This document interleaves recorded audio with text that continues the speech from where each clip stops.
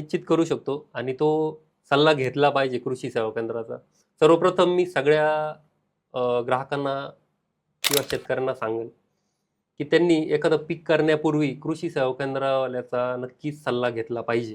त्याचं कारण असं सांगतोय, की त्याचा अभ्यास झालेला आहे कृषी सेवा केंद्रावाल्याचा. त्या शेती संदर्भात अभ्यास झालेला आहे. त्या क्षेत्रात तो शिकलेला आहे. काय होतं पारंपरिक शेती जी करतो आपण, ती मागे वडीलधारी जे करतात तेच पुढे येत चालतं. आणि नवीन काय टेक्नॉलॉजी आली ती कृषी सेवा केंद्रावाल्याला माहिती असते. नवीन औषधं माहीत असतात, अजून नवीन नवीन टेक्नॉलॉजी माहीत असते, नवीन क्रॉप माहीत असतात, सगळ्या काही गोष्टी माहिती असतात. कुठल्या औषधाने काय होतं हा निश्चित सल्ला घेतला पाहिजे. आत्ता घेतलाच पाहिजे. जे जुने जे कृषी सेवा केंद्र होते, की त्यावेळेस टेक्नॉलॉजी पण एवढी नव्हती.